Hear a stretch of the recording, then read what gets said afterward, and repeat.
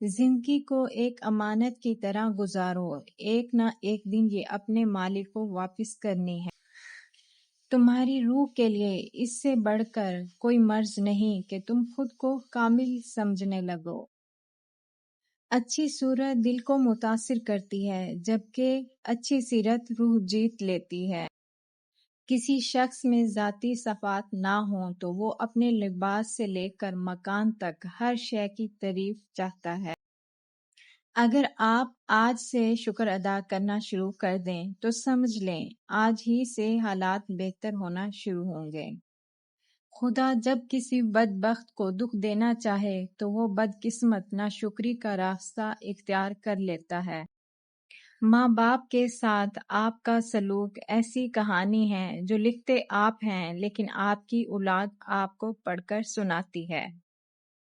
عبادت اگر کردار پر مثبت اثر نہیں ڈال رہی ہے تو عبادت پر فخر کرنے کے بجائے اپنی منافقت پر شرمندہ ہونا چاہیے۔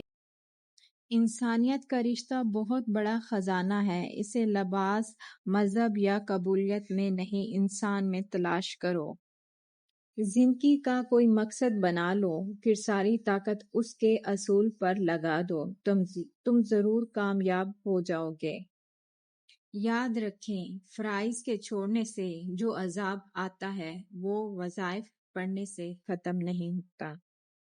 محبت اللہ سے ہو تو مزہ دیتی ہے، نہ خوف ہے جدائی کا نہ خطرہ بے وفائی کا۔ جملہ بہت چھوٹا ہے لیکن اس کی طاقت بہت زیادہ ہے۔ اللہ کی طرف آ جاؤ اس سے پہلے کہ اللہ تمہیں اپنی طرف بلا لے۔ رشوت لے کر سرکاری کام کرنے والے حضرات جنازہ لازمی پڑھا کریں، دیکھا کریں کہ مرنے والا کتنا خزانہ ساتھ لے کر جا رہا ہے۔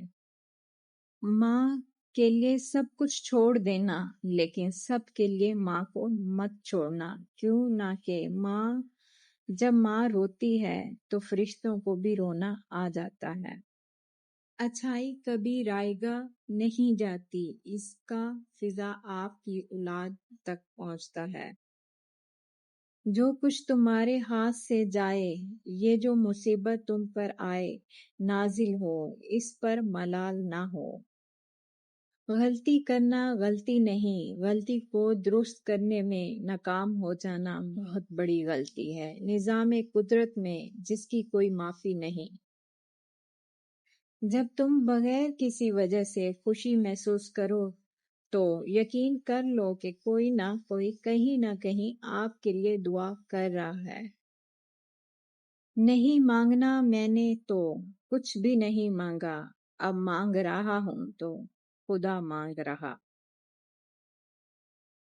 طلق برقرار رکھنا ہو تو اچھائی بیان کرتے رہو، طلق ختم کرنا ہو تو اچھائی بیان کر دو۔ کسی کی محتاجی پر بڑا عذاب ہے، بس اللہ یہ عذاب کسی پہ نہ ڈالے اور صرف اپنا ہی محتاج رکھے، آمین۔ دن میں رزق تلاش کرو اور رات کو اس کو تلاش کرو جو رزق دیتا ہے۔ اگر لوگ آپ کو ضرورت کے وقت یاد کرتے ہیں تو برا مت مانیں، انہیں مطلبی نہ کہیں، کیوں نہ کہ چراغ کی ضرورت اندھیرے ہی میں پڑتی ہے۔ بہترین لوگ بہترین نیت رکھتے ہیں، جس کی وجہ سے رب ان کے تمام کاموں کو سنوار دیتا ہے، اور جس کام کو رب سنوار دے اسے کوئی کیسے بگاڑ سکتا ہے۔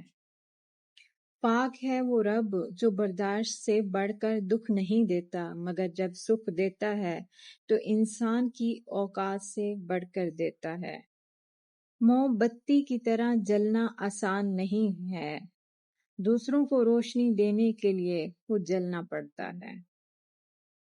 انسان کے ظرف اور فطرت کا پتہ طلق بنانے سے نہیں بلکہ تب پتہ چلتا ہے جب آپ کی اس سے رنجش یا قطع تلقی ہو۔